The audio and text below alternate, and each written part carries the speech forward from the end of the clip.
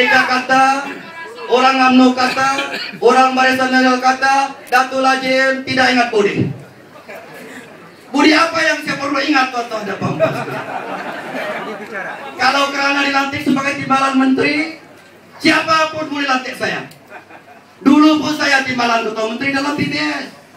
Saya tinggalkan PBS karena untuk rakyat pada ketika itu.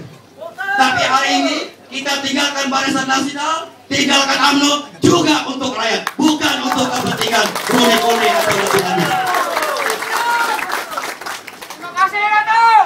Terima kasih. Apa guna tuan-tuan dan puan-puan? Saya ada keistimewaan. Sebagai timbalan menteri, gaji ribu-ribu. Ada bodyguard, ada driver, ofis besar. Tapi tuan-tuan pun, apa pada gaji? Apa pada keistimewaan? Kalau rakyat di Beaufort, rakyat di Sabah menderita, buat apa tuan dan puan? Dalam hukumnya haram bagi orang Islam. Kenapa saya saja ada keistimewaan? Kenapa rakyat tidak ada keistimewaan? Kita sudah merdeka lebih daripada setengah abad, tuan-tuan dan puan-puan. Masih juga jalan raya 8 kaki, listrik selalu blackout, air di menumbuk belum ada.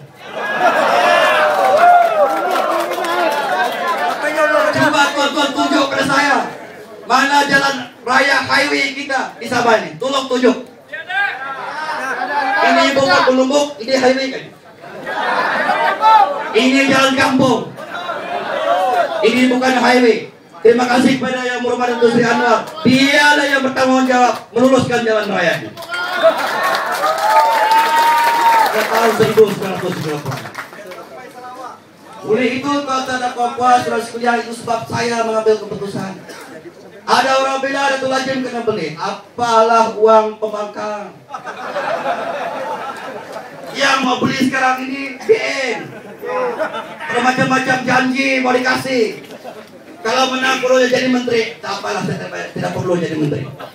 Yang penting ialah rakyat Sabah, rakyat seluruhnya akan dapat kebahagiaan daripada sebuah kerajaan yang bertanggung jawab. Itu yang kita perlu. Oleh itu saya mau ringkaskan ucapan saya. Yang penting kita akan mendengar ucapan pemimpin kita, Datuk Seri Anwar Ibrahim. Boleh tanya dengan Datuk Seri Anwar, semasa saya dalam parlemen, ya kadang-kadang saya jawab, ada juga yang saya singgir-singgir sedikit. Tapi itu mainan politik tanpa ada pembahasan. Dan betul, ada orang kata dalam politik ini kawan tidak selama-lama, lawan juga tidak selama-lama. Betul tidak? Sekarang tuan-tuan dan puan-puan, dulu kita lawan, sekarang kita kawan demi untuk rakyat Sabah dan negara Malaysia yang tercinta. Ayo, kalau saya berani meninggalkan keistimewaan, kenapa tidak, tuan-tuan dan puan-puan? Boleh. Jadi justru itulah hari ini, tuan-tuan dan puan-puan, kita telah mengisytiharkan. Saya telah mengisytiharkan, sebetulnya kemarin sudah saya isytiharkan bahwa saya telah meletakkan 3 jawatan yang saya pegang. Pertama, Ketua Bahagian. Yang kedua, pengurusi penyaras Barisan Nasional. Dan yang ketiga ialah MT UMNO, top 10 nomor 8 dalam UMNO, tuan-tuan. Dan yang 2 ini saya reserve. Tunggu dengan pecat. Sebab Perdana Menteri kata besok dia buat keputusan, ayo pecat, tuan-tuan dan puan-puan. Saya terima dengan rela hati dan berjuang bersama.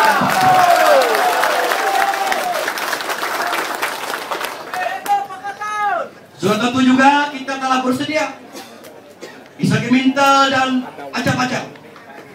Kalau mereka boleh aibkan Datuk Seri Anwar, tidak juga mustahil mereka aibkan saya dengan rakan-rakan yang lain.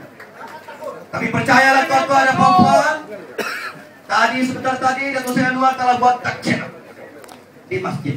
Dia kata kita hanya yakin, kita hanya percaya kepada Allah Subhanahu wa Ta'ala. Tuhan saja yang Maha Bisa, yang akan menentukan masa depan kita. Betul.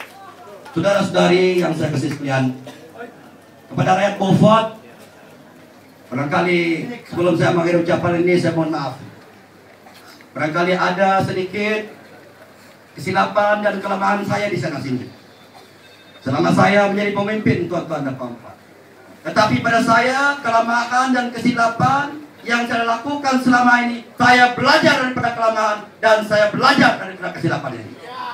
Insya Allah, Tuhan Yang Maha Kuasa, kalau tuan-tuan berikan mandat kepada saya di Beaufort ini, saya akan teruskan perjuangan ini untuk membela masa depan kita di Beaufort ini, di bawah pimpinan khususnya yang hormat Datuk Seri Anwar. Insya Allah. Kita akan dapat kebaikan. Nanti saya akan cakap pasal 20 perkara dan sebagainya. Biar Datuk Seri yang cakap. Jadi justru itulah malam ini tuan-tuan dan puan-puan yang dikasih sekalian, marilah jangan takut, jangan bimbang. Kita akan tutup tatap. Di waktu zaman berjaya, tuan-tuan, bila berjaya tumbuh, ada pepatah orang berjaya, sebelum ayam berkokok, saya masih ingat itu. Sebelum ayam berkokok, sebelum menjelang subuh, bahwa pekatan rakyat bukan saja di Sabah, malahan di Kuala Lumpur, di pusat, kita akan menang dan menumbuhkan kerajaan. Insya Allah.